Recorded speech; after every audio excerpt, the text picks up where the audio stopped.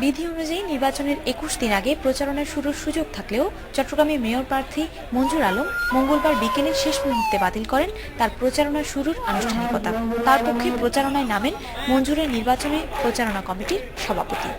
মঞ্জু প্রচারণায় যাবেন প্রতীক বরাদ্দের পর। আরেক মেয়র প্রার্থী আজমুন নাসির প্রচারণা শুরুর সময় পিছিয়েছেন একদিন।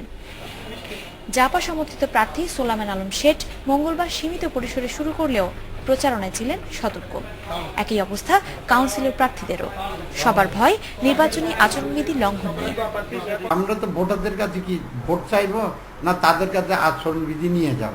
এটা তো আমাদের পক্ষে তো কোনো প্রার্থীর পক্ষে তো এটা কোনোভাবেই সম্ভব না এটা, এবং আমাদের অনেকেই জানেন না এই জিনিসটা। টিভিতে আমার মনে হয় কন্টিনিউস যদি থাকে আপনাদের মাধ্যমে, তাহলে দেখবেন যে অনেক সচেতন হয়ে যাবে।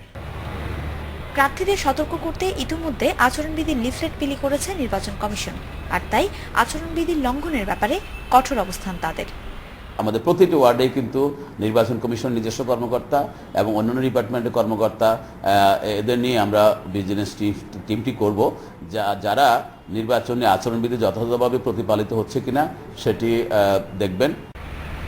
চট্টগ্রাম সিটি নির্বাচনে প্রার্থীদের প্রচার প্রচারণা তদারকিতে ইতিমধ্যে কাজ শুরু করেছে ২ জন ম্যাজিস্ট্রেটের ভ্রাম্যমাণ আদালত। প্রতীক বরাদ্দের পর এতে যোগ হবেন আরও ৪ ম্যাজিস্ট্রেট। নাসরিন জাহান, ইন্ডিপেন্ডেন্ট নিউজ, চট্টগ্রাম।